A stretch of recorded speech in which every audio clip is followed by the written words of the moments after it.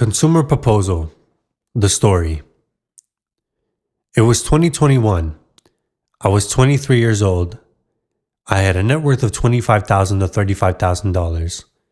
I was debt-free, held investments, left my mom and her boyfriend's house to live on my own, left the company I was working at to incorporate my own company. It was making and putting out music, and had even started a vegan diet. Everything was on the up and up, considering it was the middle of a pandemic, and considering my low education level compared to my peers. My parents divorcing, illegal immigration, multiple run-ins with the police from selling drugs, a hospitalization from a psychotic episode, and this lingering mental illness of schizophrenia that I had, along with everything else I had overcome up to that point. I felt that I had made it to a certain degree. My psychiatrist and I had agreed to lower my dosage for my antipsychotic meds to the lowest dosage possible, which was supposed to be a good sign. Turns out, things didn't turn out too well. I started working 60 hours a week in April, recorded an entire album in a week, and got maybe 4 to 5 hours of sleep a night, sometimes as little as 3. In mental health terms, I was having a manic episode. I decided one day after reading a marketing book that I no longer needed to stay on my meds, and that I was cured. Boy, was I wrong. I started acting extremely strange, was having suicidal thoughts of jumping out of my apartment window constantly, and was smoking weed, which was against my treatment, and my mother and brother were seriously concerned. The doc eventually ordered me to be hospitalized. Cops came to my apartment, and I was in the hospital once again. I eventually got my act together, although only briefly, and since I wasn't on a community treatment order, they couldn't keep me in the hospital or make me take my meds. The docs told me specifically that if I didn't go on my meds, I would have a high likelihood of relapsing into another psychotic episode. They were right. My friends and family can tell you all the weird shit I did from April to about October of 2021. And the amount of L's I took.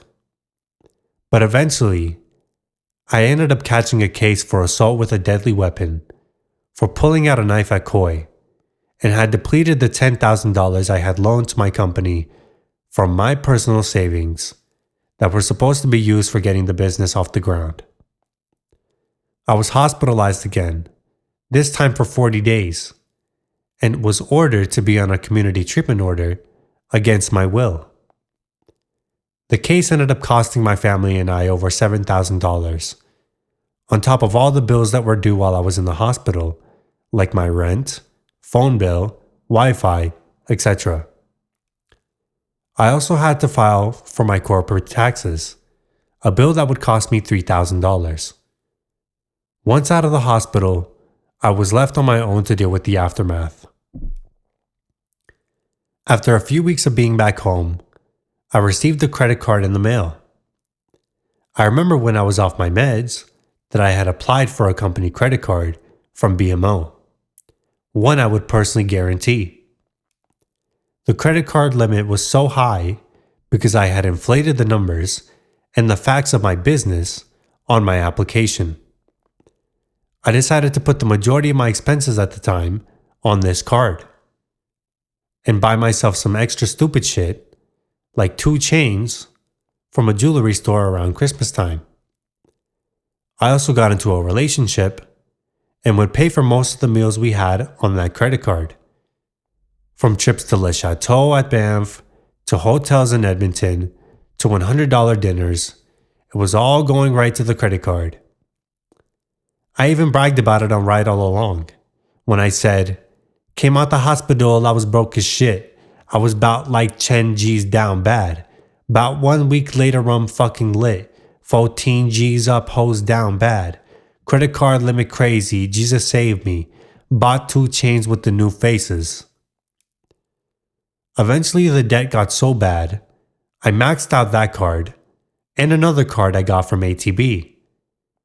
I broke up with my boyfriend, was kicked out of my apartment for late payments and being loud while I was recording with a friend, and it seemed like my life was once again in shambles. I was asking my family if I could move back in with them, and was even trying to pawn my chains.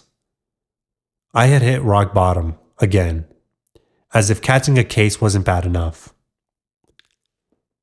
I had to take a real hard look at my life at that point and realize that no one was going to give me a handout and get me out of this situation.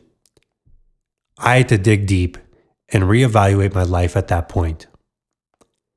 I decided that the only way I was going to get myself out of this was by working. And that's exactly what I did.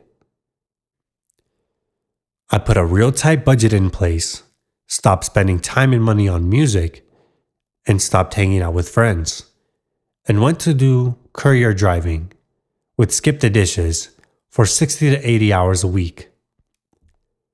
I also looked for ways to restructure my debt, eventually finding a licensed insolvency trustee to help me file for a consumer proposal, which would bring down my debt from $15,000 to $6,000.